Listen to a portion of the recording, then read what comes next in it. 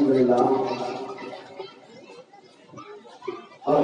رب العالمین والصلاة والسلام علی سید الانبیاء والمرسلین وعلی آلہ واصحابہ اجمعین اما بعد اعوذ باللہ من الشیطان الرجیم بسم اللہ الرحمن الرحیم شہد اللہ انہ لا الہ الا صدق اللہ مولانا العظیم وبلغنا رسوله النبی الامین المکین الکریم ونحن على ذلك لمن الشاكرين والشاكرين والحمد لله رب العالمين. السلام علیکم ورحمۃ اللہ وبرکاتہ. آئیے کچھ معروضات پیش کیے جائیں بلفظ دیگر اللہ تبارک و تعالیٰ کی بارگاہ میں کچھ نذرانہ پیش کیا جائے، کیونکہ ہم اہل سنت والجماعت کا طریقہ یہی ہے کہ اپنے آپ کو ہم لوگ شیعوں اور رافضیوں سے اس انداز کو ممتاز کرتے ہیں کہ ہماری مجلس کا آغاز جو 10 روزہ مجالس منعقد ہوتی ہے ان میں اللہ تعالیٰ کی توحید پر سب سے پہلے روشنی ڈالی جاتی ہے، اور پھر اس کے بعد آقا علیہ السلام کی شان و عظمت کو اجاگر کیا جاتا ہے، پھر خلفاء اور صحابہ، اور پھر اس کے بعد اہل بیت کا تذکرہ ہوتا ہے. تو آئیے اللہ تعالیٰ کی بارگاہ میں کچھ باتیں پیش کر کے اپنی بندگی کا اظہار کیا جائے. اس سے پہلے ایک حدیث پاک پر عمل کرتے ہیں. اس حدیث پاک کو امام دارقطنی نے مسند الفردوس کے اندر نقل فرمایا، جس کے راوی پیکر صداقت حضرت ابوبکر صدیق رضی اللہ تعالیٰ عنہ یہ بیان فرماتے ہیں کہ حضور صلی اللہ علیہ وسلم نے فرمایا جو بندہ مجھ پر ایک بار، پوری زندگی میں ایک بار کی بات ہو رہی ہے، تو جو بندہ آقا فرماتے ہیں مجھ پر ایک بار درود پڑھے گا اللہ تعالیٰ اسے پرسرات پر روشنی عطا فرمائے گا. جس کو پرسرات پر روشنی چاہیے وہ بندہ مصطفیٰ پہ درود پڑھے. ارے اندازہ لگاؤ، جب ایک بار درود بندہ پڑھتا ہے پرسرات روشن ہو جاتا ہے، تو اندازہ لگاؤ بریلی کا تاجدار کیا ذہن دے رہا ہے. کہہ رہا ہے کہ ایک ہی بار میں کہہ دو کعبے کے بدرود تجھا تم پہ کروڑوں درود. معاملہ یہ ہے ایک بار درود جب بندہ پڑھتا ہے تو پرسرات روشن ہو جاتا ہے. تو بریلی کا تاجدار بتا رہا ہے ہم کروڑوں درود پڑھ کر خالی پرسرات کو ہی نہیں روشن کر رہے ہیں، کروڑوں درود پڑھ کر دنیا کو بھی روشن کر رہے ہیں، قبر کو بھی منور کر رہے ہیں، حشر کو بھی منور کر رہے ہیں، اور پرسرات پر بھی روشنی حاصل کر رہے ہیں. اب اگر کوئی بندہ کھڑا ہو جائے کہ میاں ایک بار اور کروڑ کیسے، یہ بھی معاملہ ہوگا تو ڈائریکٹ جیسے کروڑ کا لفظ ہماری زبان پر آتا ہے پیٹ میں ادھر مرو، تکلیف ادھر، تو ڈائریکٹ آگے ابو داؤد شریف کی حدیث پہلے لے لے کہ مصطفیٰ کریم صلی اللہ علیہ وسلم تشریف لائے. چنانچہ آقا علیہ السلام آئے، خاتون کو آپ نے دیکھا. ابو داؤد شریف کتاب الصلاۃ کے اندر یہ حدیث موجود ہے. حضور صلی اللہ علیہ وسلم تشریف لائے. آنے کے بعد آقا علیہ السلام نے دیکھا ایک خاتون ہے جو کنکر لے کر کے تسبیح پڑھ رہی ہے، کنکر سے تسبیح پڑھ رہی ہے. مصطفیٰ کریم صلی اللہ علیہ وسلم نے اس خاتون کو دیکھا تو دیکھنے کے بعد ارشاد فرمایا یہ بتاؤ کیا میں تم کو اس سے بہتر طریقہ نہ بتا دوں؟ انہوں نے عرض کیا کیوں نہیں یا رسول اللہ، کیونکہ صحابہ بہتر طریقے کے متلاشی اور بہتر طریقے کے جو مشتاق رہا کرتے تھے، اس لیے انہوں نے عرض کیا اللہ کے نبی صلی اللہ علیہ وسلم کیوں نہیں؟ آقا علیہ السلام نے فرمایا جب تسبیح پڑھا کرو اپنی انگلیوں پر پڑھا کرو، اس لیے کہ یہ انگلیاں رب کی بارگاہ میں تمہاری تسبیح کی گواہ بن جائیں گی. اس کے بعد آقا علیہ السلام نے فرمایا کون سی تسبیح پڑھو؟ بڑی لمبی تسبیحات کا تذکرہ کیا. اس میں آقا علیہ السلام نے جو جملہ ارشاد فرمایا وہ یہ تھا سبحان اللہ عدد ما خلق اللہ السماوات والارض. مصطفیٰ کریم صلی اللہ علیہ وسلم نے فرمایا کہہ دو سبحان اللہ عدد ما خلق اللہ فی السماوات والارض۔ مطلب یہ ہے اللہ کو پاکی ہے آسمانوں اور زمین کی مخلوق کی تعداد سے۔ اب زمین و آسمان میں مخلوق کتنی ہے؟ کہا لاکھوں کروڑوں ہے، اللہ تعالیٰ ہی تعداد جانتا ہے۔ تو مصطفیٰ نے بتایا ایک بار میں کہہ دو جتنی مخلوق ہے اس مخلوق کی تعداد کے اعتبار سے اللہ کی تسبیح ہے، تو مطلب ذہن مل گیا۔ ایک بار میں اگر بندہ چاہے تو لاکھوں اور کروڑوں درود و سلام بھی پڑھ سکتا ہے اور لاکھوں اللہ تعالیٰ کی تسبیح بھی بول سکتا ہے۔ جھوم جھوم کر آقا کی بارگاہ میں درود و سلام پیش کریں اور سب کو گواہ بنانے کی نیت سے پڑھیں صلی اللہ علیہ وسلم صلاۃ و سلام علیک یا سیدی یا رسول اللہ صلی اللہ تعالی علیہ وسلم۔ اور یاد رکھیں بلند آواز سے درود پڑھنا یہ کیوں ہوتا ہے، اس سے پہلے بھی شاید آیا تھا تو میں نے بتایا تھا، آگے گفتگو دراز ہو، چونکہ ہماری لب جو ہلتے ہیں، لب ہلتا ہے کام بنتا ہے، لیکن اگر آواز بلند ہوتی ہے تو کیا کیا ہو جاتا ہے۔ آئیے فتاوی رضویہ کا مطالعہ کرتے ہیں۔ حضور اعلیٰ حضرت رحمت الرضوان نے لکھا کہ مصطفیٰ کریم صلی اللہ علیہ وسلم رات میں جو ہے صحابہ کے لیے کشت فرمایا کرتے تھے۔ مصطفیٰ کریم صلی اللہ علیہ وسلم رات میں جو ہے کشت فرما رہے تھے اور کشت کرتے ہوئے آقا علیہ السلام جو ہے ابو بکر صدیق کے دروازے پر پہنچے اور آپ کو دیکھا قرآن کی تلاوت کر رہے ہیں، بہت آہستہ آہستہ قرآن پڑھ رہے ہیں۔ اس کے بعد حضور صلی اللہ علیہ وسلم حضرت بلال کے کاشانے پر تشریف لے گئے۔ حضرت بلال کو کیا دیکھا، وہ بھی قرآن پڑھ رہے ہیں، لیکن قرآن پڑھنے کا انداز بڑا نرالا ہے، کچھ یہاں سے پڑھتے ہیں، کچھ وہاں سے پڑھتے ہیں، کچھ وہاں سے پڑھتے ہیں، اس انداز میں قرآن مکمل کر رہے ہیں۔ اس کے بعد حضور صلی اللہ علیہ وسلم عمر کے پاس تشریف لے گئے۔ عمر کو دیکھا وہ قرآن پڑھ رہے تھے تو بہت چلا چلا کے قرآن پڑھ رہے تھے، بہت بلند آواز میں قرآن پڑھ رہے تھے۔ مصطفیٰ نے اس وقت کوئی کلام نہ فرمایا۔ جب سویرا ہوا صحابہ کرام کو اپنے پاس بلایا، بلانے کے بعد آقا علیہ السلام نے فرمایا اے ابو بکر میں نے رات میں دیکھا تم بھی قرآن پڑھ رہے تھے، لیکن بہت آہستہ آہستہ پڑھ رہے تھے، آخر آہستہ پڑھنے کی وجہ کیا تھی؟ ابو بکر صدیق رضی اللہ تعالیٰ عنہ نے مصطفیٰ کی بارگاہ میں عرض کیا اللہ کے نبی صلی اللہ علیہ وسلم قرآن میں جس کو سنا رہا ہو وہ بہرا نہیں ہے، وہ سنتا ہے سمیع اور بصیر ہے۔ اس کے بعد آقا علیہ السلام نے حضرت بلال سے فرمایا اے بلال تم کیوں ایسے پڑھ رہے تھے، کچھ یہاں سے کچھ وہاں سے اور کچھ وہاں سے؟ تو حضرت بلال نے عرض کیا حضور قرآن کی مثال ایک دسترخوان کی طرح ہے کہ دسترخوان میں جب قسم قسم کا جو ہے قسم قسم کا سامان اور نئے نئے ڈشیں رکھ دی جاتی ہیں تو آدمی کبھی اس سے کھاتا ہے، کبھی اس سے کھاتا ہے، کبھی اس سے کھاتا ہے۔ تو قرآن اللہ کی عظیم نعمت ہے، سمجھ میں نہیں آ رہا تھا کہاں سے پڑھو، اس لیے کچھ یہاں سے پڑھ لیتا، کچھ وہاں سے پڑھ لیتا۔ اس کے بعد آقا علیہ السلام نے حضرت عمر کی طرف توجہ دی، ارشاد فرمایا اے عمر تم کیوں چلا چلا کر قرآن پڑھ رہے تھے؟ حضرت عمر نے 3 وجہ ذکر کی ہے۔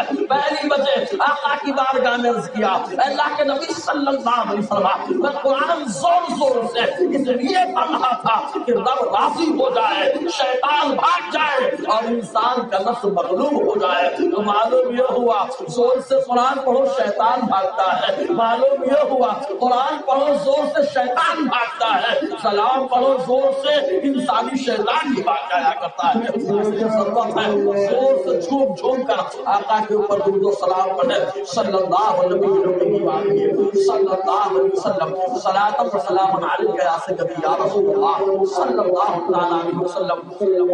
معزز سامعین کرام یہ تو بات ہو گئی سلام کے حوالے سے، بلند آواز پڑھنے کے حوالے سے، لیکن یاد رکھنا یہ محرم کا موقع ہے، ہم کو بھی ساتھ دینا ہے، خالی ایسے نہیں کہ مقرر صاحب بولتے رہے، آپ کو بھی بولنا پڑے گا۔ اور یاد رکھو بولنا بھی کیا ہے، تو صرف ایک بات یاد رکھو کہ حضور صلی اللہ علیہ وسلم نے بخاری شریف کے اندر ارشاد فرمایا، آقا فرماتے ہیں حدیث کا ایک جملہ ہے اور یہ حدیث حضرت سعد بن سعد ساعدی رضی اللہ تعالیٰ عنہ سے مروی ہے اور یہ حدیث کتاب الصلاۃ کے اندر موجود ہے۔ حضور صلی اللہ علیہ وسلم نے فرمایا تھا اے لوگوں سنو انما التسبیح للرجال والتصفیق للنساء۔ مصطفیٰ فرماتے ہیں کہ تالی بجانا یہ عورتوں کا کام ہے اور سبحان اللہ بولنا یہ مردوں کی کام ہے۔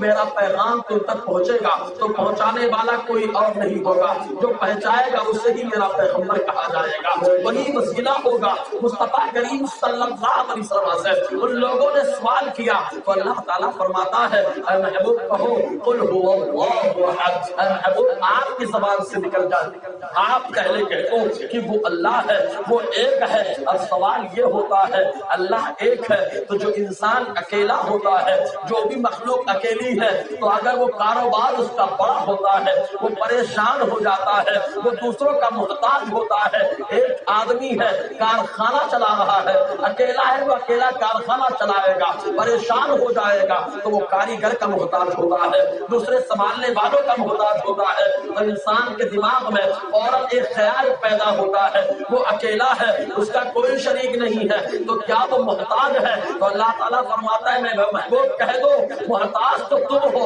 اللہ الصمد، اللہ وہ کسی کا محتاج نہیں ہے۔ اب سوال یہ پیدا ہوتا ہے انسان اکیلا ہے، کاروبار کر رہا ہے اور وہ کسی کے سامنے ہاتھ نہیں پھیلاتا، اس لیے کہ اس کا بیک اپ بڑا مضبوط ہے، اس کا سپورٹ بڑا مضبوط ہے۔ اور سپورٹ جو ہوتا ہے عام طور سے 3 لوگ کرتے ہیں، یا تو سپورٹ بیٹا کر دیتا ہے کہ باپ بوڑھا ہو گیا، کاروبار کو اس نے چھوڑ دیا، اب بیٹا کاروبار کو سنبھال رہا ہے، اور پہلا سپورٹ بیٹے کا ہوتا ہے، دوسرا سپورٹ باپ کا ہوتا ہے کہ باپ کاروبار کر رہا ہے اس لیے بیٹا مٹر گشتیاں کر رہا ہے، اور آگے بڑھو کبھی کبھی تیسرا سپورٹ بھی آتا ہے، وہ تیسرا سپورٹ دوسرے رشتہ داروں کا ہوتا ہے، تو فوراً دماغ میں خیال آیا اللہ بے نیاز ہے، اللہ کسی کا محتاج نہیں ہے، لیکن زمین و آسمان کا نظام چلا رہا ہے، اللہ تبارک و تعالیٰ کس انداز میں چلا رہا ہے، کیا وہ کسی کی مدد نہیں لیتا؟ تو اللہ تعالیٰ فوراً فرماتا ہے لم یلد ولم یولد ولم یکن لہ کفوا احد، اللہ نہ کسی کا باپ ہے، اللہ نہ کسی کا بیٹا ہے، اللہ کا کوئی رشتہ دار نہیں ہے، لہٰذا بیک اپ کی طرف توجہ مت کرنا۔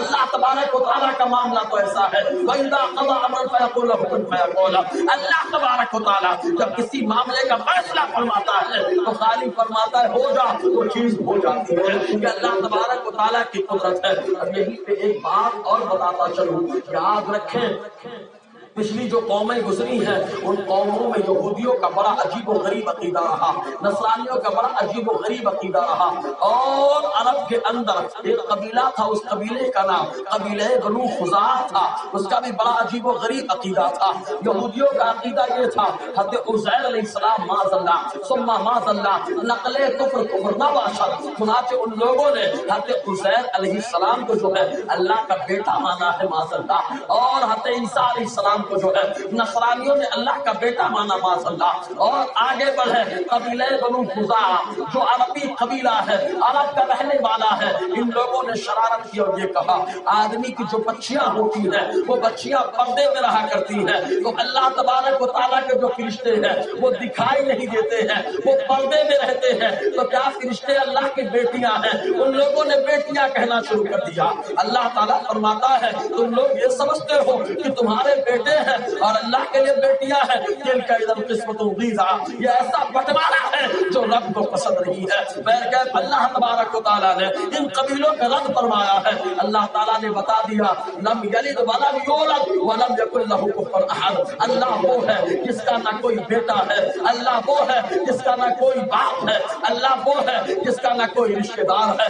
اگر اللہ تعالیٰ سے بندوں کا رشتہ ہے تو صرف ایک رشتہ ہے، وہ رشتہ یہ ہے کہ اللہ تعالیٰ معبود ہے، بندہ اس کی عبادت کرنے والا ہے، بندہ اس کے سامنے سر کو جھکانے والا ہے۔ اب آؤ ذرا اللہ تبارک و تعالیٰ کے بارے میں اور دیکھیں، اللہ تبارک و تعالیٰ ہی جو ہے اللہ تبارک و تعالیٰ نے سب چیز کو پیدا فرمایا، سب سے پہلے مصطفیٰ کے نور کو پیدا فرمایا ہے۔ مصنف ابن ابی شیبہ کی حدیث پاک ہے، یہاں پر غیر مقلدوں نے شرارت کی ہے اور مصنف ابن ابی شیبہ سے اس حدیث کو نکالنے کی جسارت کی ہے، ناپاک کوشش کی، لیکن قربان جاؤ سادات مہرانہ پر، خاص طور سے امین ملت پر اللہ تعالیٰ ان کے سائے کو دراز فرمائے۔ خالی ایک حدیث کو جو ہے، خالی ایک نسخہ جو بیروت میں باقی رہا تھا اس نسخے پہ آپ نے محنت کی ہے، لاکھوں روپے خرچ کر کے اسی نسخے کو چھپا کے لوگوں کے سامنے پیش کیا ہے، ورنہ غیر مقلدوں نے اتنی شرارت کی کہ اس حدیث کو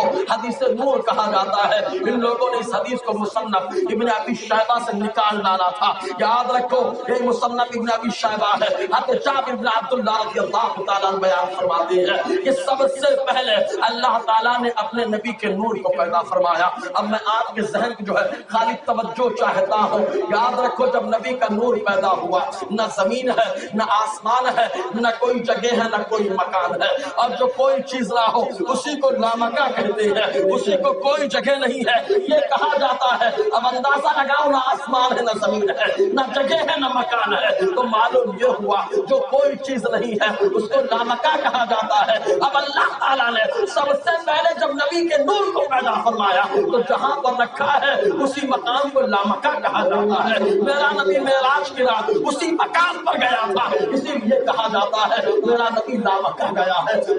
اللہ تبارک و تعالیٰ نے سب سے پہلے اپنے نبی کے نور کو پیدا فرمایا ہے، پھر اسی نور سے جو ہے ساری کائنات کو پیدا فرمایا، اور اس نور کی دیکھیے جلوہ گئی، وہ نور نہ ہوتا اللہ تعالیٰ کچھ نہ پیدا فرماتا، وہ نور ہے اس لیے اللہ نے سب کو پیدا فرما دیا۔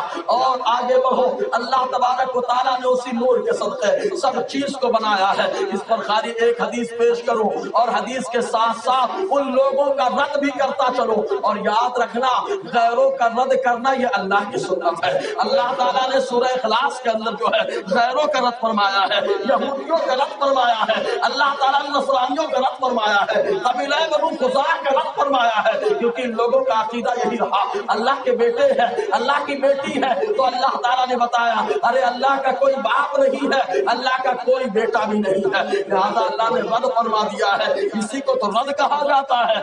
آگے بڑھے یہ حدیث دیکھتے چلے، اس حدیث کے باروں میں نادانوں نے یہ شرارت کی اور یہ کہا کہ یہ حدیث ضعیف ہے، کیونکہ ان کے اوپر جو ہے یہ حدیث جو ہے کوہ ہمالیہ بن کر ٹوٹ پڑتی ہے۔ لیکن یاد رکھو کسی کے ضعیف کہنے سے حدیث ضعیف نہیں ہو جاتی ہے۔ 3 حوالے پیش کر رہا ہوں اور تینوں حوالوں کے اندر اس حدیث کو صحیح کہا گیا ہے۔ پہلا حوالہ دیکھیں مستدرک علی الصحیحین کے اندر امام حاکم نے اس حدیث کو نقل فرمایا ہے، اور لکھنے کے بعد کہا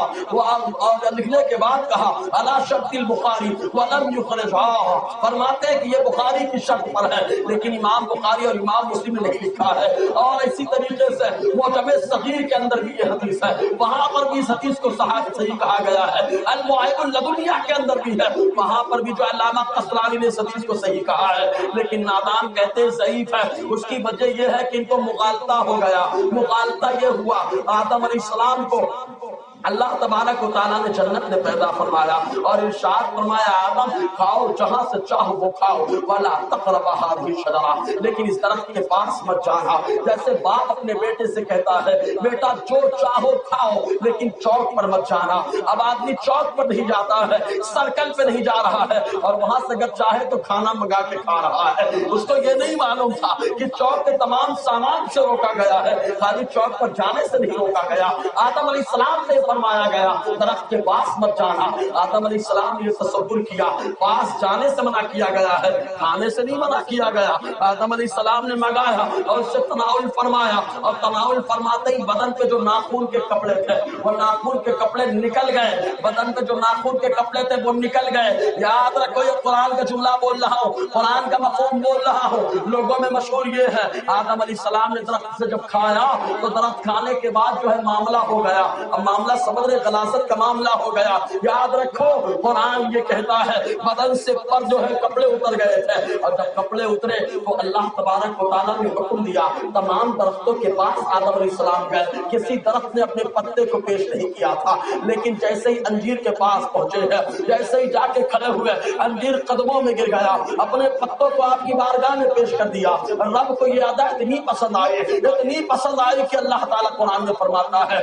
وَقِيلَ، ارے انجیر کی قسم کیونکہ یہ آدم کے سامنے جھکنے والا ہے، تو جو نبی کے سامنے جھکتا ہے اللہ تعالیٰ اس کو بلندی عطا فرماتا ہے۔ اور جھکنے سے مراد سر جھکانا نہیں ہے، جھکنے سے مراد دل کو جھکانا ہے، جھکنے سے مراد محبت کو قربان کرنا ہے، جھکنے سے مراد یہ ہے اپنی آل اولاد کو قربان کرنا ہے۔ اور آگے بڑھو، آدم علیہ السلام نے پھر اس کے بعد ایک جملہ کہا، سورہ اعراف میں اللہ تعالیٰ فرماتا ہے وَقَالَ رَبَّنَا ظَلَمْنَا أَنفُسَنَا وَإِن لَّمْ تَغْفِرْ لَنَا وَتَرْحَمْنَا لَنَكُونَنَّ مِنَ الْخَاسِرِينَ۔ اور ان دونوں نے کہا، یعنی آدم علیہ السلام نے کہا، حضرت حوا رضی اللہ تعالی عنہ نے کہا کیا ربنا ظلمنا انفسنا، یہ جملے کہے تو ان لوگوں نے کہا یہ آدم نے جو وسیلے والی بات کہی ہے، وسیلہ جو آدم علیہ السلام نے لگایا وہ صحیح نہیں ہے، اس لیے کہ قرآن کی آیت سے ٹکراتی ہے حدیث ہے، اور جو حدیث قرآن سے ٹکرا جائے وہ حدیث ضعیف ہوتی ہے۔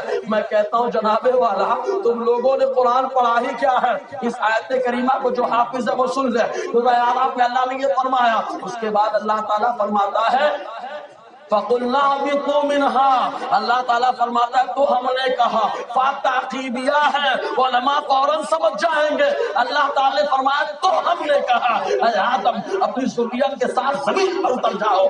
اندازہ لگاؤ آدم علیہ السلام نے جو جنت میں کلمات کہے تھے وہ ربنا ظلمنا انفسنا تھے، اور جب زمین پر آئے تو آنے کے بعد مصطفیٰ کا وسیلہ لگایا، اللہ تعالیٰ نے ان کی خطا اجتہادی کو معاف کر دیا۔ اللہ تعالیٰ کی بارگاہ میں وسیلہ لگایا آقا کا، تو اللہ تعالیٰ نے جانتے کیا فرمایا؟ حضرت عمر فرماتے، راوی حدیث ہے، حوالے 3 کتاب کے پیش کیے گئے، وہ فرماتے ہیں اللہ تعالیٰ کی بارگاہ میں حضور کا وسیلہ لگا تو اللہ تعالیٰ نے فرمایا کیف عرفت محمدا ولم اخلقہ، ارے محمد کو کیسے جانا، ابھی تو میں نے محمد کو پیدا بھی نہیں کیا۔ سبحان اللہ، ارے بول دو یار، کیسے جانا، ہم نے تو پیدا بھی نہیں کیا۔ آدم علیہ السلام کہتے ہیں مولا لما نفخت فیہ من روحک فرفعت راسی فرأیت علی قوائم العرش مکتوبا لا الہ الا اللہ محمد رسول اللہ فعلمت انک لم تضف الی اسمک الا احب الخلق الیک۔ اللہ تعالیٰ کی بارگاہ میں آدم علیہ السلام نے عرض کیا مولا جب تو نے میرے اندر اپنی طرف سے روح کو ڈالا میں نے سر کو اٹھایا، آدم علیہ السلام کی شان دیکھو، سر کو اٹھایا تو عرش کے تمام ستون اور کھمبوں پر لکھا دیکھا لا الہ الا اللہ محمد رسول اللہ، محمد رسول اللہ۔ جملے پہ غور کرنا، آدم علیہ السلام کے اندر روح ڈالی گئی، اور روح ڈالنے سے پہلے یہ میرے نبی کی شان یہ ہے کہ اللہ تعالیٰ آپ کی رسالت کا چرچا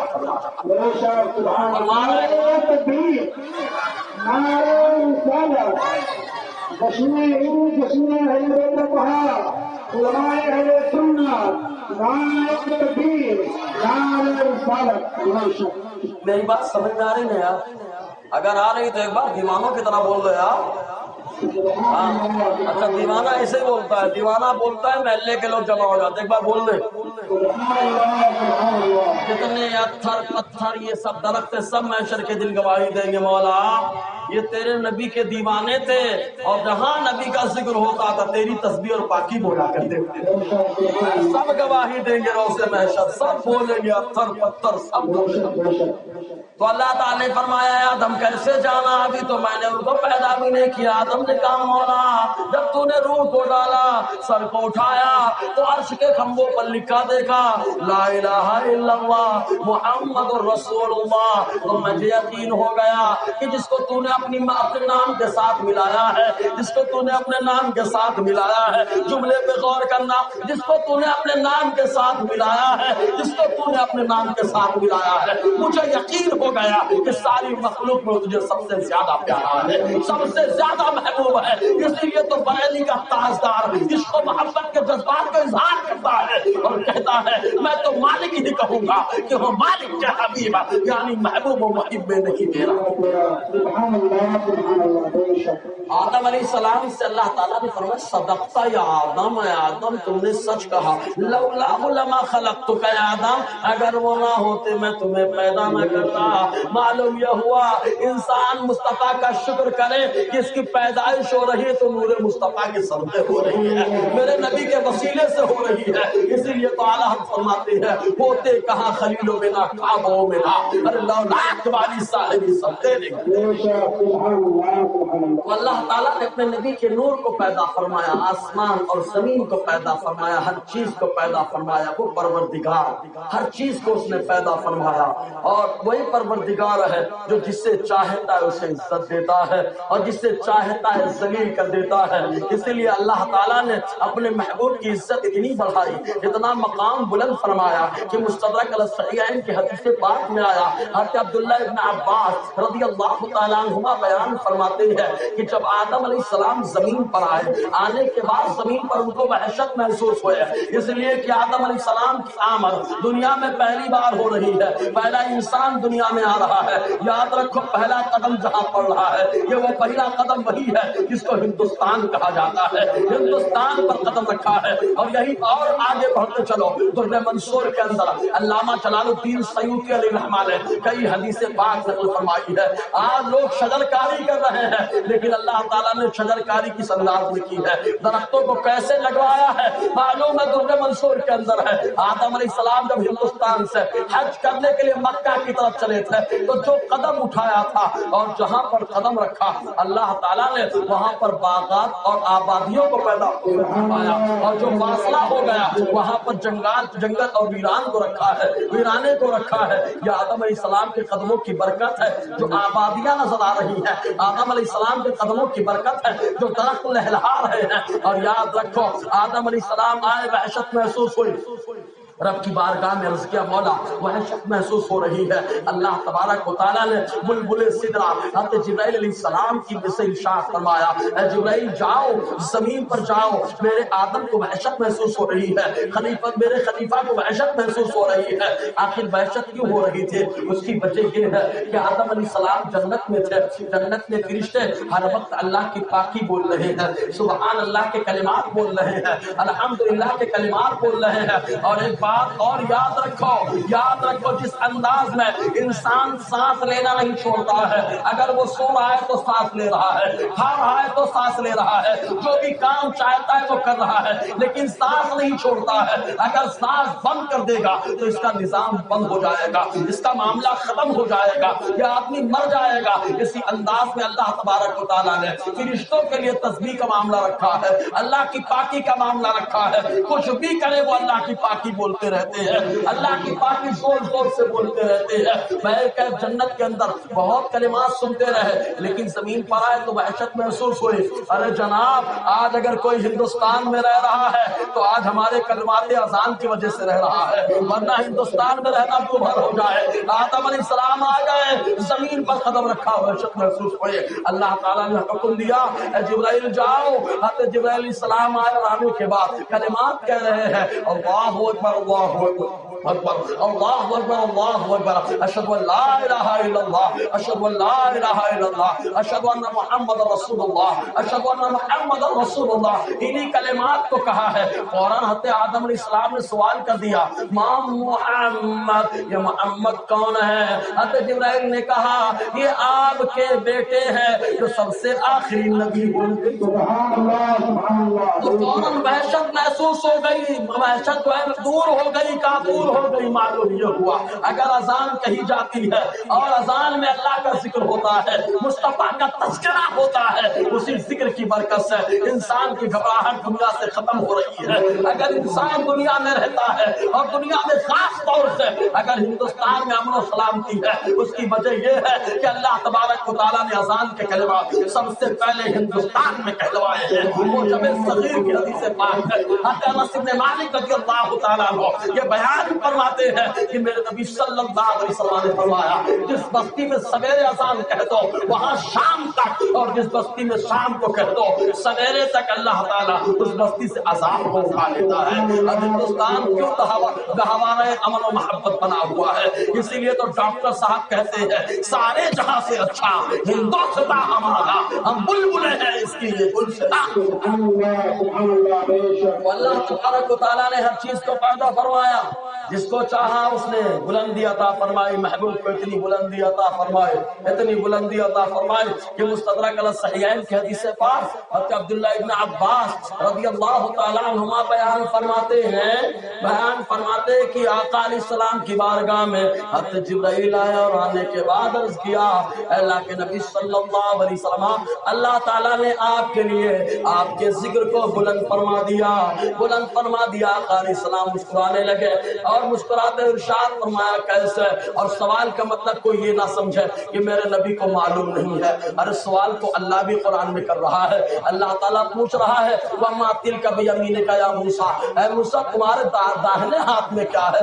اللہ تعالیٰ کو معلوم ہے پھر بھی پوچھ رہا ہے توجہ دلانے کے لیے، نبی کو معلوم ہے پھر بھی پوچھ رہے ہیں توجہ دلانے کے لیے۔ تو نبی کریم صلی اللہ علیہ وسلم نے فرمایا کس انداز میں بلند فرمایا؟ انہوں نے عرض کیا اس طریقے سے کہ اللہ نے آپ کے ذکر کو اپنا ذکر بنا لیا۔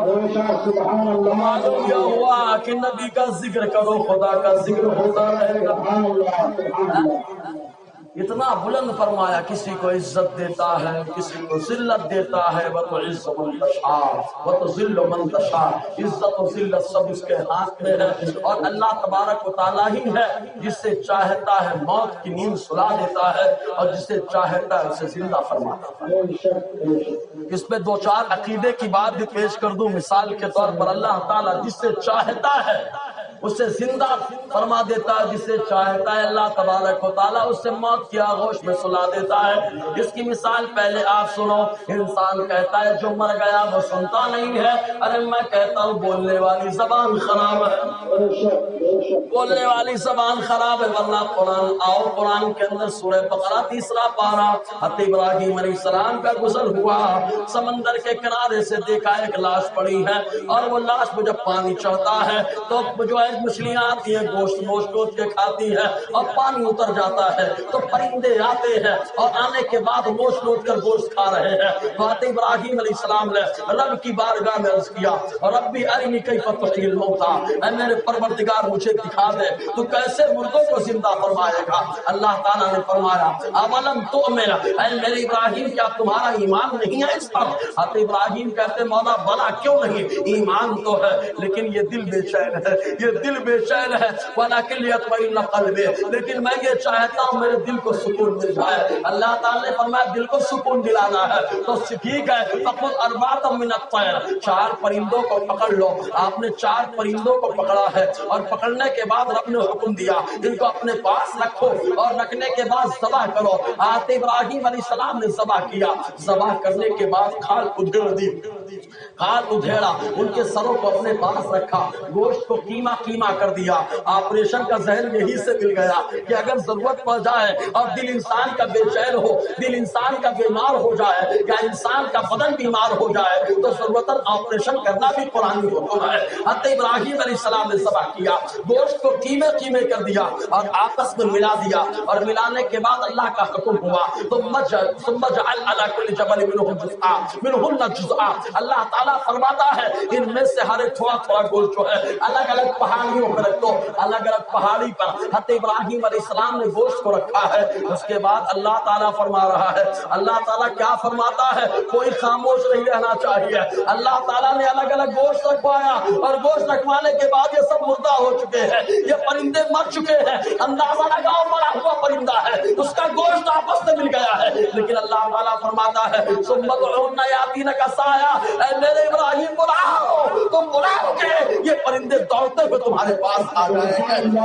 اندازہ لگاؤ آپ، یہ پرندے جو مردہ ہو چکے ہیں، یہ پرندے جو مر چکے ہیں، اللہ تعالیٰ فرماتا ہے بلاؤ تمہارے پاس دوڑتے ہوئے آئیں گے تو معلوم یہ ہوا بابا جو پردہ کر گیا وہ تو پاورفل ہے، وہ تو پاورفل ہے، لیکن بلانے والا پاورفل نہیں ہے، ورنہ اگر بلانے والا پاورفل ہوتا تو یہی کہتا ہم یہاں سے پکارے وہاں وہ سنے، مصطفیٰ کی سماعت ملا کے سبحان اللہ سبحان اللہ. جس سے چاہتا ہے اسے موت دیتا ہے، جس سے چاہتا ہے اسے زندگی عطا فرماتا ہے. وہ پرندے دوڑتے ہوئے آئے اور آپس میں گوشت الگ الگ ہوا اور اس کے بعد ہڈیاں ملی اور اس سے گوشت چڑھا اور پوست چڑھا دی اللہ تعالیٰ نے اور آ گئے اور پرندے اڑ کر کے چلے گئے. اب دیکھو اللہ تعالیٰ جس سے چاہتا ہے اسے زندگی عطا فرماتا ہے. اب بتاؤ جب اللہ تبارک و تعالیٰ حضرت ابراہیم علیہ السلام ہے وہ دعا کر رہے ہیں، وہ بلا رہے تو اللہ تعالیٰ مردے کو زندہ فرما رہا ہے اور ساری دنیا جانتی ہے سب سے افضل اگر کوئی آیا ہے تو وہ کوئی اور نہیں ہے، وہ آمنہ کا لال ہے، وہ عبداللہ کا پیارا ہے، وہ ہماری آنکھوں کا تارا ہے، وہ مصطفیٰ کریم ہے جو اللہ کو پیارا ہے. اندازہ لگائے جب آقا نے جب ابراہیم علیہ السلام نے مردوں کو بلایا وہ آ گئے ہیں، آؤ ذرا مصطفیٰ کی بارگاہ میں چلتے ہیں اور دیکھتے ہیں اللہ کے نبی صلی اللہ علیہ وسلم آپ نے مردوں کو کس انداز سے بلایا ہے. تو کہاں مردوں کی مثال بعد میں دینا، آؤ آقا کے والدین کی بارگاہ میں چلتے ہیں، حضور کے والدین کا کیا مقام ہے. تو دیکھیں الاسباب والنظائر کے اندر حضرت عائشہ صدیقہ رضی اللہ تعالی عنہا بیان فرماتی ہے حضور صلی اللہ علیہ وسلم حجۃ الوداع کے موقع پر تشریف لائے اور آقا علیہ السلام منا گئے اور منا میں اکیلے خلوت میں جانے کے بعد آقا علیہ السلام آئے، آنکھوں سے آنسو بہ رہے تھے، زار و قطار ہو رہے تھے. صحابہ کرام نے حضور کو روتے ہوئے دیکھا تو صحابہ تو مصطفیٰ کی نقل کرتے ہیں کیونکہ عقل کا استعمال جب آدمی کرتا ہے تو نقصان اٹھا جاتا ہے اور جب آقا کی نقل کرتا ہے اللہ تعالیٰ اس کو جنت عطا فرما دیتا ہے. یاد رکھو دنیا کے امتحان میں اگر کوئی ہوشیار آدمی کی کاپی کوئی کرتا ہے، کوئی نقل کرتا ہے، اللہ تعالیٰ کامیاب فرماتا ہے. اب اندازہ لگاؤ کوئی جانکار ہے اس کی کاپی کرنے سے انسان دنیاوی امتحان میں کامیاب ہو جاتا ہے. ارے میرا نبی تو ایسا ہے اللہ تعالیٰ نے ہر چیز کا جانکار بنا کر بھیجا ہے. اگر فرمان اہل بیت محمد، فرمان اہل سنت، نعرہ تکبیر، نعرہ رسالت. اب اللہ تبارک و تعالیٰ نے میرے نبی کو ہر چیز کا جانکار، اس پہ کبھی حدیث بتاؤں گا. اور یاد رکھنا جو بھی دلیل یا کوئی بات سمجھ میں نہ آئے ابھی 10 دن تو یہی نظر آئیں گے، ہے نا؟ 10 دن یہی ایک دم بنداس کبھی بھی آئیے، لائف ٹائم سروس ملے گی 10 دن کی. لائف ٹائم مت بولو، ہے نا؟ 10 ڈیز سروس ہے نا، 10 دن سروس ملے گی. ہاں کوئی سوال ہو تو آئیں گے نا انشاءاللہ. آئیے آئیے، علماء کے پاس آنا چاہیے. علماء کے پاس جائیں گے تو ظلماء کے کنٹرول میں نہیں جائیں گے ورنہ ظالم. تو اللہ تبارک و تعالیٰ نے اپنے محبوب صلی اللہ علیہ وسلم کو عالم الغیب بنا کر بھیجا، ہر چیز کا جانکار. آقا علیہ السلام منا سے تشریف لائے، آنکھوں سے آنسو بہ رہے، صحابہ نے دیکھا رونا شروع کر دیا. روتے روتے صحابہ کرام نے عرض کیا اللہ کے نبی صلی اللہ علیہ وسلم رونے کی وجہ کیا ہے؟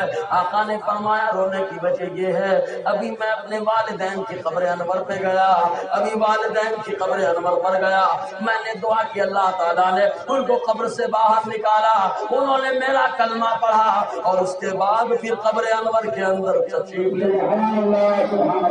نکلے، کلمہ پڑھا اندر چلے. اچھا کلمہ پڑھا تو ایمان والے ہوئے کہ نہیں؟ اگر ایمان والے ہوئے بولو نا یار سبحان اللہ. سنیوں کو بلوانا پڑتا ہے، کرامت کو نہیں بلوانا پڑتا. ارے یہ تو کرامت سے بڑا معجزہ ہے.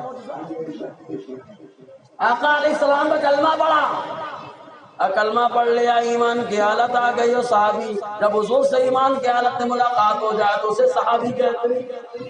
اب کوئی کھڑا ہو جائے گا مولانا یہ حدیث جو آپ نے پیش کی وہ حدیث ضعیف ہے، دائرہ کے میرا بولے گا حدیث ضعیف ہے تو آپ کہنا ضعیف حدیث، کمزور حدیث. اگر اس کی تائید قرآن سے ہو جائے تو وہ معتبر ہو جاتی ہے. کہا قرآن سے کیسے؟ کہا دیکھو ابھی ابراہیم علیہ السلام ہے انہوں نے جب پکارا اللہ تعالیٰ نے 4 پرندوں کو زندہ فرمایا. ان کی پکار پر جب 4 پرندہ زندہ ہو سکتا ہے تو میرا نبی تو امام الانبیاء، ان کی پکار پر کی والدین زندہ نہیں ہو سکتے؟ اور آگے بڑھو، قرآن کے اندر ہی موجود ہے جب یہودیوں نے جب شرارت کی بنی اسرائیل نے، ان لوگوں نے بچڑے کی پوجا کی اور پوجا کرنے کے بعد حضرت موسیٰ علیہ السلام نے سزا بتائی اور توبہ کا طریقہ بتایا تو ان لوگوں نے اس پر عمل کیا. اس کے بعد اللہ تعالیٰ نے معذرت چاہنے کے لیے جو ہے طور پر بلایا اور کہا اے موسیٰ 70 لوگوں کو لے کر کے آ جاؤ. چنانچہ 70 کا انتخاب حضرت موسیٰ علیہ السلام نے کیا اور کرنے کے بعد کوہ طور پر تشریف لے گئے. 70 کو لے کر کے گئے. یہ 70 اتنے ایڈوانس تھے، اتنے ایڈوانس، ابھی تک جو ہے سدھرے ہوئے تھے، لیکن وہاں پر گئے تو زبان پہ کلمہ آ رہا ہے لن نؤمن لک حتی نرى اللہ جہرا. ابھی تک ہم اللہ کو بغیر دیکھے ایمان رکھتے تھے، لیکن اب ایمان اس وقت رکھیں گے جب اللہ تعالیٰ کو کھلم کھلا نہ دیکھ لیں. ارے اللہ تعالیٰ کو کھلم کھلا دیکھنا دنیا میں کسی کی بات نہیں ہے، کسی کے بس کی بات نہیں ہے. اگر کوئی دیکھتا ہے تو وہی ہوتا ہے جسے محبوب خدا کہا جاتا ہے. دنیا میں جاگتے ہوئے اللہ تعالیٰ کو جو دیکھتا ہے اسے محبوب خدا کہا جاتا ہے. 16 حدیثیں میرے پاس لکھی ہوئی ہے، ایک حدیث پیش کر رہا ہوں. حضرت عبداللہ ابن مسعود رضی اللہ تعالیٰ بیان فرماتے ہیں، یہ حدیث قدسی ہے. وہ فرماتے اللہ تعالیٰ نے اپنے محبوب سے ارشاد فرمایا اے میرے محبوب صلی اللہ علیہ وسلم نحلت ابراہیم خلتی وکلمت موسیٰ تکلیما وآتیتک یا محمد کفاہا. کتاب بولتے بغیر پردہ کسی چیز کو دیکھنے کو. اللہ تعالیٰ فرماتا ہے میرے محبوب میں نے ابراہیم کو اپنا خلیل بنایا، موسیٰ کو اپنا کلیم بنایا اور تم کو اپنی زیارت بلا پردہ عطا فرمایا.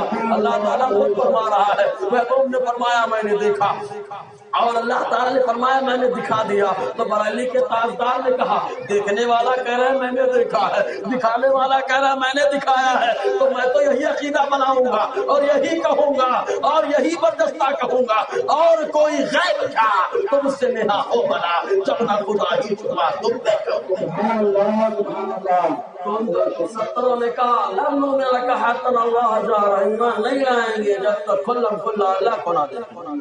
تو اللہ تعالیٰ نے ایک آواز بھیجی، ایک آواز بھیجی 70 کے 70 وہیں پہ ختم مر گئے.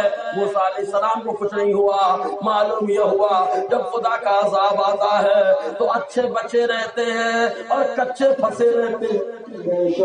اچھے بچے رہتے اور کچے پھنسے رہتے. 70 کے 70 مر گئے. موسیٰ علیہ السلام نے رب کی بارگاہ میں عرض کیا مولا اپنی امت کو کیا وہ دکھاؤں گا، اپنی امت کو کیا میں جا کے جواب دوں گا. ان 70 کو تو امت سے میں چن کر کے لایا تھا، میں کیا بتاؤں گا ان 70 کے بارے میں. ان کو اے مولا بڑی شرمندگی کا سامنا ہوگا.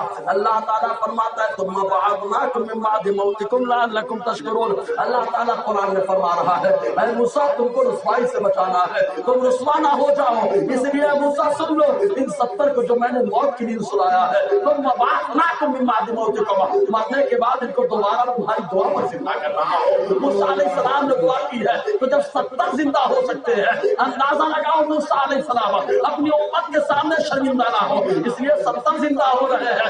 ارے میرا نبی تو امام الانبیاء ہے، محشر میں جو ہے محشر کے دن لوگوں کے سامنے شرمندہ نہ ہونے پائے، اس لیے اللہ تعالیٰ آپ کے والدین کو زندگی عطا فرمائے. اب اندازہ لگاؤ صلی اللہ علیہ وسلم کی کیا شان.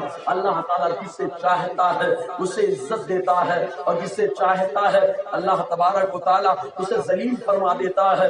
اور اللہ تبارک و ایک بار جھوم کر درود پاک پڑھ لیں صلی اللہ علیہ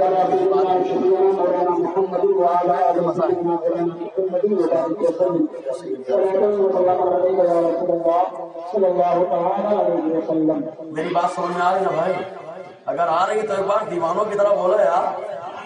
مولانا خالی اکیلے بولے کچھ رشتہ محبت کو اس طرح نبھاؤ، کچھ ہم قدم بڑھائے، کچھ ہم قدم بڑھائے. ایک بار اور بول دو یا رسول اللہ. ایسے بولو کہ بچے سے بائلی کا تاجدار کہتا ہے جو نہ بھولا ہم غریب و رضا، یاد اس کی اپنی عادت کیجیے، بولے یا رسول اللہ، جب مگن ہو کے بولے یا رسول اللہ، یا حبیب اللہ۔ آج جس نے یہ نعرہ لگایا اسی کا بیڑا پار ہے نا، باقی تو پھنسا ہوا ہے۔ اور صحابہ یہی نعرہ لگاتے رہے اس لیے کامیاب رہے، اور یہ اس نعرے پہ فتویٰ لگاتے رہے اس لیے غلام بن کے رہے، اور غلامی کی زندگی ان کو پسند ہے، غلام ہی رہیں گے۔ ہم کو غلامی پسند ہے، مدینے کے تاجدار کو غلامی پسند ہے۔ بریلی کے تاجدار کا بایا لگ جائے، اجمیر کا بایا، بغداد کا بایا، اور غلامی سرمد مدنی سرکار، ہم کو یہ غلامی پسند ہے۔ تو اللہ تبارک و تعالیٰ نے، اللہ تعالیٰ جس سے چاہتا ہے عزت دیتا ہے، جس سے چاہتا ہے ذلیل کرتا ہے۔ اور یاد رکھو اللہ تعالیٰ کی جو تعریف کرتا ہے اللہ اللہ یا بسم اللہ کہتا ہے، اس کی بھی کیا شان ہے، اس کا بھی کیا مقام ہے۔ امام فخر الدین رازی علیہ رحمۃ اللہ نے تفسیر کبیر کے مقدمے میں لکھا، فرماتے ایک بزرگ ہیں جو ہمارے شجرہ میں بھی آتے ہیں، جن کو ابراہیم ابن ادہم کہا جاتا ہے۔ ابراہیم ابن ادہم پر بزرگ بڑے دیوانے، بڑے اللہ والے، اللہ تعالیٰ کے سچے عاشق، مصطفیٰ کے سچے غلام۔ چنانچہ آپ کا طریقہ کار یہ تھا کہ آپ رات میں دروازہ کھول دیتے اور کھولنے کے بعد اللہ کا ذکر کرنے لگتے۔ ایک مرتبہ دروازہ کھلا، آپ ذکر الہی میں مصروف ہو گئے۔ ایک چور نے دروازہ کھلا دیکھا، اور جب بھی دروازہ کھلتا ہے تبھی میں ایمان لٹیرے بھی آتے ہیں اور شیطان بدماش بھی آتا ہے، تو دروازہ مت کھلنے دو۔ علم کا دروازہ جو ہے ہمیشہ اپنے پاس بند رکھنا اور اپنے علماء کے پاس پہنچتے رہنا، اس لیے کہ انسان جب اپنے دروازے کو کھولتا ہے، اپنے علماء سے دور جاتا ہے، تبھی جا کے شیطان اس کے اوپر حاوی ہوتا ہے۔ ابھی آگے آنے والی باتوں میں اس بات سے واضح کروں گا۔ چنانچہ ابراہیم ابن ادہم رضی اللہ تعالیٰ عنہ اللہ کا تذکرہ کر رہے ہیں، ذکر خدا میں مصروف ہے، دروازہ کھلا ہوا ہے، چور گھر کے اندر داخل ہو گیا، سامان کو سمیٹ لیتا ہے، اور سمیٹنے کے بعد جیسے ہی دروازے کی طرف مڑتا ہے دروازہ بند نظر آتا ہے، بڑا پریشان ہو جاتا ہے، پھر سامان کو رکھتا ہے، پھر مڑتا ہے، پھر دروازہ کھلا نظر آتا ہے، پھر وہ مڑتا ہے اور مڑنے کے بعد پھر سامان کو اٹھاتا ہے کہ سامان لے کر کے میں بھاگ جاؤں۔ چنانچہ جیسے ہی مڑا اور مڑنے کے بعد دیکھتا ہے پھر دروازہ بند ہے، پھر سامان کو رکھتا ہے، پھر مڑتا ہے، پھر وہی حال نظر آتا ہے۔ یعنی جب سامان لے کر کے چلنا چاہتا ہے دروازہ بند نظر آتا ہے، اور جب سامان کے بغیر جاتا ہے دروازہ کھلا نظر آ رہا ہے۔ بڑا حیران اور پریشان تھا۔ اسی دوران حاطف غیبی سے آواز آئی۔ امام فخر الدین رازی علیہ رحمہ فرماتے ہیں کہ حاطف غیبی سے آواز آئی اور یہ کہا گیا، ارے جو بندہ میرا ذکر کرتا ہے میں اس کے سامان کی حفاظت کیا کرتا ہوں۔ تو اللہ کا ذکر کرو، سامان کی حفاظت ہوتی رہے گی، مال کی حفاظت ہوتی رہے گی۔ آج انسان کہتا ہے ہمارا مال اس نے ہڑپ کر لیا، ہمارا مال اس نے کھا لیا۔ آپ یاد کرو عالم لوگوں کا مال جلدی ڈوبتا نہیں ہے، اس کی وجہ کیا ہے؟ غور کریں گے تو معلوم یہی ہوگا، اللہ اللہ جو بھی کرتا ہے اللہ تعالیٰ اس کے سامان کی حفاظت کرتا ہے۔ اور سامان کیا میاں؟ قبر میں جائیں گے اگر بچہ اللہ اللہ کر رہا ہے آپ کو قبر میں آرام ملے گا، اگر گانا گایا تو تکلیف ہو جائے گی، اگر جو ہیرو کی نقل کر رہا ہے تو نقصان ہو جائے گا، کرکٹر بن رہا ہے نقصان ہو جائے گا، لیکن اگر اللہ اللہ زبان سے نکال رہا ہے تو جو ہے قبر کے اندر آپ کو آرام ملے گا۔ دیکھیں امام فخر الدین رازی علیہ رحمۃ اللہ ہے مقدمہ تفسیر کبیر کے اندر لکھتے ہیں، فرماتے ہیں عیسیٰ علیہ السلام کا گزر ایک قبر کے پاس سے ہو رہا ہے، چنانچہ آپ قبر کے پاس سے گزرتے ہیں اور قبر کو دیکھتے ہیں اس پر عذاب ہو رہا ہے۔ ارے جناب قبر کے اندر کیا ہو رہا ہے نبی کو سب معلوم ہوتا ہے۔ عیسیٰ علیہ السلام نے دیکھا، اس کے بعد تشریف لے گئے، پھر واپس آئے تھوڑی دیر کے بعد دیکھا عذاب کا معاملہ ختم ہے، رحمت کے فرشتے حاضر ہیں، جنت کی کھڑکی کھلی ہے۔ رب کی بارگاہ میں عرض کیا، نبی کو حکمت بھی معلوم ہوتی ہے لیکن لوگوں کو بتانا اس لیے رب کی بارگاہ میں عرض کرتے ہیں، مولا یہ کیا معاملہ ہے؟ ابھی گیا تھا عذاب ہو رہا تھا، ابھی آیا تو رحمت کے فرشتے ہیں، جنت کی کھڑکی کھلی ہے، آخر اس کی وجہ کیا ہے؟ اللہ تعالیٰ نے فرمایا، اے میرے عیسیٰ سنو، یہ آدمی برا تھا، بہت برائی کرتا تھا، لیکن جب اس کا انتقال ہوا، اس کی بیوی امید سے تھی، اب اس کے بعد اس کا بچہ پیدا ہوا اور یہ انتقال کر گیا، اور بچہ اتنا بڑا ہو گیا ہے کہ آج اتنا بڑا ہو گیا ہے کہ اپنے استاد کے سامنے بیٹھ کر کے میرا نام لے رہا ہے، بسم اللہ پڑھ رہا ہے، تو جو بچہ زمین پر میرا نام لیتا ہے مجھے حیا آتی ہے کہ میں قبر کے اندر اس کے بعد کو آزاد کو معلوم یہ ہوا اللہ کا اللہ کرنے سے, اللہ کا ذکر کرنے سے فائدہ یہ ہوتا ہے دنیا میں مال بچتا ہے اور قبر کے اندر جا کے عذاب اٹھا لیا جاتا ہے. اور آگے بڑھو, یاد رکھو اللہ اللہ کہنے سے گھر کی بندش بھی ہوتی ہے, اللہ اللہ کرنے سے گھر کی پریشانی بھی دور ہوتی ہے. یہ مسلم شریف کی حدیث پاک ہے. راوی حضرت ابو ہریرہ رضی اللہ تعالیٰ عنہ ہے. آج بندش کے نام پر آپ کافی خرچ کر دیتے ہیں, لیکن مصطفیٰ نے فوکٹ کا طریقہ بتایا ہے, مصطفیٰ نے فری میں علاج بتا دیا ہے, بندش کا طریقہ میرے نبی نے بتایا ہے. آقا علیہ السلام ارشاد فرماتے ہیں, مسلم شریف کی حدیث پاک ہے, حضور صلی اللہ علیہ وسلم نے فرمایا جب انسان گھر میں داخل ہوتا ہے اور بسم اللہ نہیں پاتا ہے تو شیطان بھی ساتھ میں داخل ہو جاتا ہے. کھانا کھانے بیٹھتا ہے, بسم اللہ نہیں پڑھتا ہے, شیطان ساتھ میں شامل ہو جاتا ہے اور اس کے بعد اپنے بچوں سے کہتا ہے ارے یہ وہ گھر ہے جہاں رہنے کو ٹھکانہ بھی مل رہا ہے اور کھانے کو کھانا بھی مل رہا ہے. لیکن مصطفیٰ فرماتے ہیں اس کے برعکس اگر کوئی بندہ بسم اللہ پڑھ کر گھر میں داخل ہوتا ہے تو اس کے گھر میں شیطان داخل نہیں ہوتا ہے. اور بسم اللہ اللہ کا نام ہے, اللہ کے نام سے گھر میں بندہ داخل ہو گیا, گھر کی بندش ہو جاتی ہے. کھانا کھانے بیٹھا, اللہ کا نام لے لیا, کھانے کی بندش ہو گئی ہے. اور بندش کی بات آئی ہے تو ایک اور بات بتاتا چلو, رات کے وقت جو ہے ہم لوگ موبائل میں چیٹنگ تو کر رہے ہیں, لیکن مصطفیٰ کی تعلیم پہ ذرا عمل کر کے تو دیکھو مصطفیٰ پیارے نے کیا ذہن دیا ہے. آقا فرماتے ہیں, وہ جو ہے در منصور کی حدیث پاک ہے, حضرت ابو ہریرہ رضی اللہ تعالیٰ عنہ فرماتے ہیں, ارشاد فرماتے کہ آقا نے فرمایا ہے جو بندہ آیت الکرسی شریف سوتے وقت پڑھ لیتا ہے اللہ تبارک و تعالیٰ اس کے اور اس کے بازو والے گھر کی حفاظت فرماتا ہے, چوری سے بھی حفاظت فرماتا ہے, جلنے سے بھی حفاظت فرماتا ہے. یہ سب برکتیں ہیں اللہ کا نام لینے کی, یہ سب برکتیں اللہ کا ذکر کرنے کی. لیکن اب یہاں سے ایک بات میں شارٹ میں بولتے چلتا ہوں آپ کی بارگاہ میں. دیکھیں اللہ تعالیٰ کا ذکر ہمیشہ ہوتا رہا, اللہ کی وحدانیت کے لوگ ہمیشہ قائل رہے, لیکن کچھ لوگ آج دیکھو اگر اپنا نہیں ہے اینٹی ہے, اینٹی مسلم غیر مسلم کو اگر اس سے جا کے پوچھو سب کا مالک کون ہے تو بردستہ کہتا ہے سب کا مالک ایک ہے, سب کا مالک ایک تو مانتا ہے, لیکن اس وحدانیت کو وہ توڑ دیتا ہے کیونکہ سر کہیں اور جھکا دیتا ہے. لیکن مومن کی شان یہ ہوتی ہے ہر در پہ سکے جھکے سر, یہ میری شان نہیں ہے, سامان تجارت میرا ایمان نہیں ہے.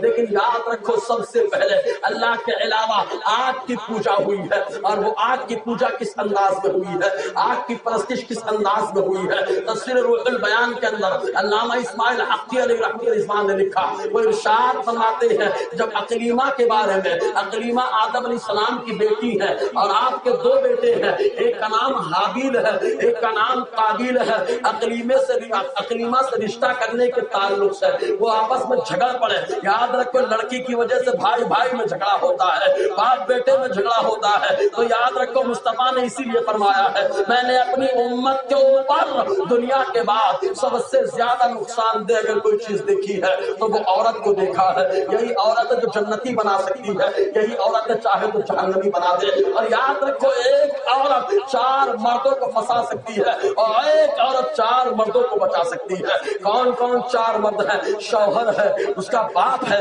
اس کا بیٹا ہے اور اس کا بھائی ہے. اگر وہ عورت نیک ہوگی ان 4 کو جنت میں لے کے جا سکتی ہے. اگر عورت برباد ہو گئی تو یہ 4 پھنس جائیں گے. رب تعالیٰ کی بارگاہ میں اللہ تعالیٰ پوچھے گا تو کیوں برباد ہو گئی؟ تو کہے گی مولا میرے باپ نے میری حفاظت نہیں کی تھے, میرے بھائی نے میری حفاظت نہیں کی تھے, اور میرے بچے نے بھی کچھ نہیں کہا تھا, اور تو اور مولا میرا شوہر تو میرا نگہبان تھا, وہ بھی کچھ نہیں بولتا تھا, میں بے پردہ گھوما کرتی تھے. یاد رکھو یہ 4 پھنس جائیں گے. لیکن اگر عورت نیک ہوگی تو خدا کی قسم وہی عورت جنت میں لے کے جا سکتی ہے. اسی لیے تو مصطفیٰ نے فرمایا ماں کے قدموں کے نیچے جنت ہے. تو ماں اپنے کو سوچے کتنا بڑا مقام ہے. عقلیمہ کے بارے میں دونوں بھائی آپس میں لڑ پڑے اور لڑنے کے بعد دونوں نے شادی کا معاملہ رکھا. حضرت آدم علیہ السلام نے کسوٹی دی, چاہتا تو اللہ تعالیٰ فیصلہ فرما دیتا, لیکن دنیا کو ذہن دے رہا ہے کہ دنیا میں کیسے فیصلہ ہوتا ہے. اللہ تعالیٰ نے حکم دیا اے آدم دونوں بیٹوں سے کہو قربانی پیش کرے. چنانچہ آدم علیہ السلام نے دونوں بیٹوں سے قربانی پیش کرنے کے لیے کہا.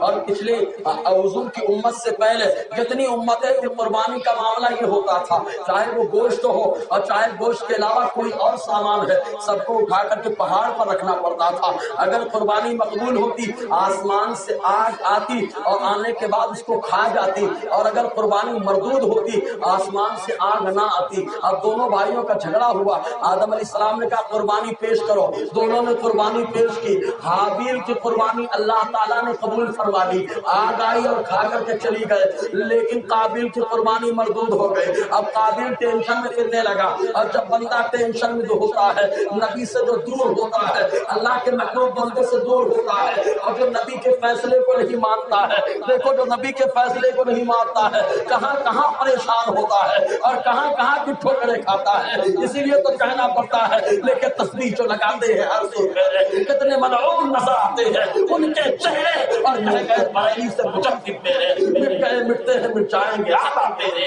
نہ مٹا ہے نہ مٹے گا کبھی چرچا تیرا۔ جو ہے قابیل نے اعتراض کیا اور ٹینشن میں پورے میں پھرنے لگا، اور جب ٹینشن میں ہوتا ہے انسان تبھی آتا ہے شیطان اور کرتا ہے اپنا کام اور برباد کرتا ہے انسان کو۔ آ گیا شیطان، اور آنے کے بعد ہمارا نوجوان بھی ٹینشن میں ہوتا ہے تو کہتا ہے شراب پی لو ٹینشن دور ہو جائے گا۔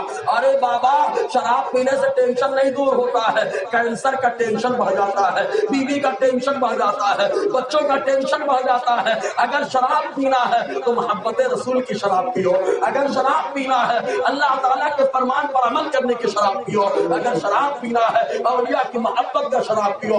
اور یاد رکھو کہ وہ ٹینشن میں ہو گیا قابل اور ادھر ادھر پھرنے لگا، آ گیا شیطان، اور شیطان آنے کے بعد کہتا ہے جانتے وہ آگ کیوں آئی تھی؟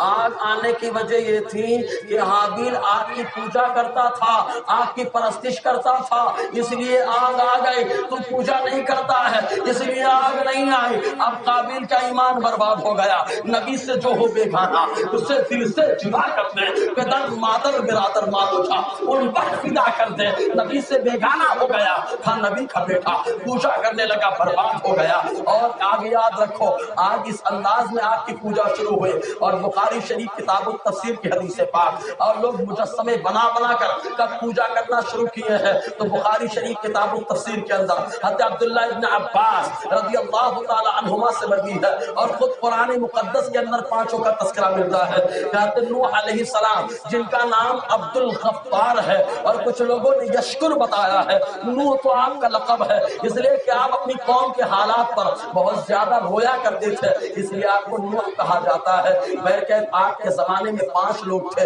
ایک کا نام تھا نصر، ایک کا نام بدھ تھا، ایک کا نام یغوث تھا، ایک کا نام یعوق تھا۔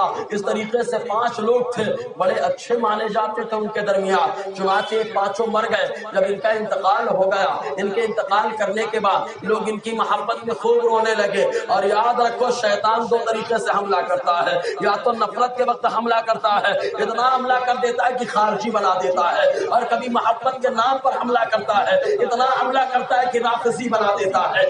اگر محفوظ رکھتا ہے انسان تبھی جا کر کے اہل سنت اور جماعت بنا کرتا ہے۔ تو یاد رکھے شیطان نے حملہ کیا، اور شیطان نے ان لوگوں کو بتایا تم لوگ ان 5 سے محبت کرتے ہو، میں ایک طریقہ بتاتا ہوں، اس طریقے پر عمل کرو، ان کی محبت کی یاد تازہ ہو جائے گی۔ اور وہ طریقہ یہ ہے کہ ان کا مجسمہ بناؤ، اور بنانے کے بعد ان کی عبادت کرو۔ چنانچہ ان 5 کا مجسمہ بنایا گیا۔ اسی لیے آلات فرماتے ہیں تصویر چاہے عکسی ہو چاہے دستی حرام ہے، اس لیے کہ آگے چل کے معاملہ بگڑنے کا خدشہ ہے۔ آدمی بہت زیادہ ہو سکتا ہے پرستش کرنا شروع کر دے، عبادت کرنا شروع کر دے، اس لیے آقا علیہ السلام نے اس سے منع فرمایا ہے۔ بہرکیف 5 کا مجسمہ بنا ہے، اور بننے کے بعد یہ جنریشن جو تھی خالی دیکھ کر کے تسلی حاصل کر لیتی، لیکن جب وہ جنریشن چلی گئی، دوسری نئی نسل آئی، نئی جنریشن آئی، تو شیطان نے ان کو ذہن دیا ارے تمہارے باپ دادا خالی دیکھتے ہی نہ تھے بلکہ ان کی پوجا بھی کرتے تھے۔ اس طریقے سے ان کی پوجا شروع ہو گئی،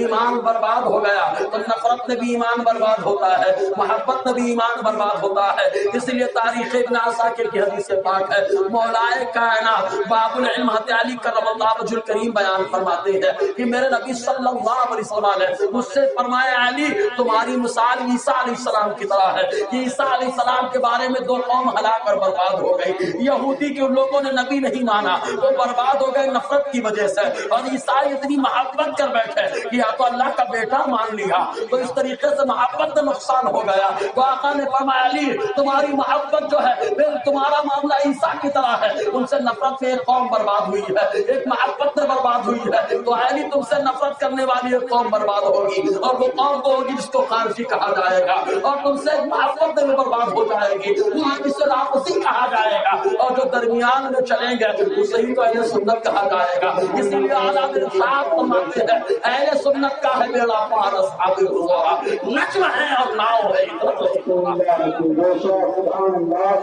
اللہ علیہ وسلم. تو اللہ تبارک و تعالیٰ جس سے چاہتا ہے عزت دیتا ہے, اور جس سے چاہتا ہے ذلت دیتا ہے, اور جس سے چاہتا ہے پاورفل بنا دیتا ہے, اور جس سے چاہتا ہے بلندیاں برفع بعضهم درجات, درجہ بلند فرما دیتا ہے. تو اس طریقے سے شرک کا آغاز ہوا. میں تو چاہ رہا تھا کہ کافی لمبا کھینچوں, لیکن وقت کی پابندی کرنا ضروری ہے نا. دوران بیان اگر غیر شرعی کلمات نکلے ہوں تو استغفر اللہ ربی سے معتب علیہ, اشہد ان لا الہ الا اللہ واشہد ان محمد عبدہ ورسولہ. السلام علیکم.